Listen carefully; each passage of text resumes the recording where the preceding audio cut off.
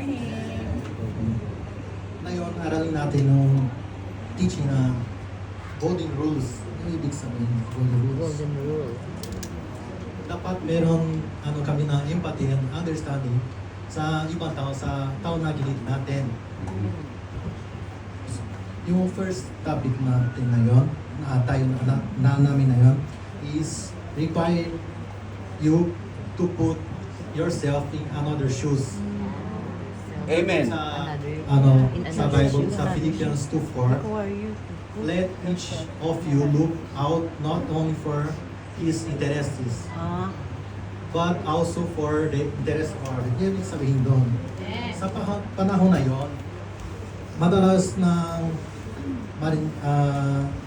marinig ang unahin mo yung sarili mo. Pero bilang Christian, hindi pwede gano'n. Dapat alam natin yung intindihin natin yung sitwasyon ng iba.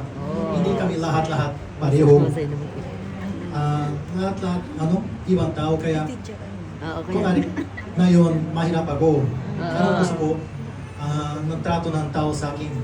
Yung, dapat na isipin natin. Yung ibang tao, paano? Kung ako ng lugar niya, paano ako ng sitwasyon niya? Anong gusto ko ng tulungan sa akin, kausapin sa akin, pasensya sa akin, or kahit ano gusto sa gawin sa atin, sa amin, sa akin, sa akin, yung dapat na gawin sa ibang tao. Amen. Good name. Yung pinakamaganda na exemplo si Jesus. Bakit po? Si Jesus, siya din, naging tao din siya.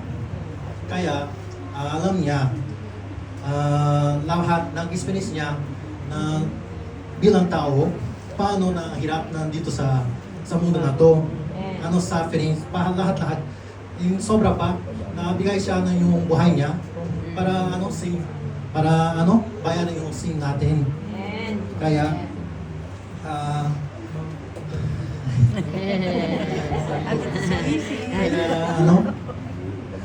palagi mas maganda pag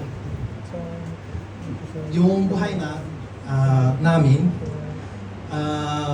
para mirroring sa buhay ni Jesus, si Jesus, para pag kunwari, pag namagutom, pagkain siya, na may sakit, pag na-pray para sa mamagaling siya, kahit kung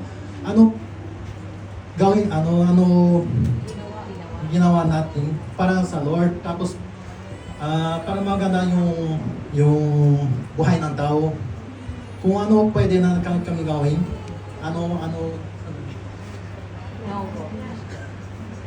dekiru made yatte hoga.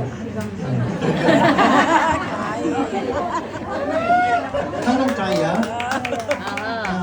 dapat gawin para sa tao. Amen. Kaya sa conclusion ko, don't judge others just because they sing differently. Lahat kayo, sabi ko kanina, lahat tayo, iba-iba. Kayo, iba talaga yung kailangan na iba-iba. Kaya dapat isipin natin kung paano nandun ako, nahirap ako, gusto ko tulungan ng ibang tao, gusto na bless si Lord. Kaya bless tayo sa ibang kapatiran. Amen. Amen. Tapos don't be quick to judge. Dapat na bago pa magsalita sa ibang tao, pag galit sa ibang tao, isipin mo muna bago na magsabi. Don't judge. Dapat paminsan may problema yung tao, kaya intindihan muna. Patience talaga. Thank you po. Amen.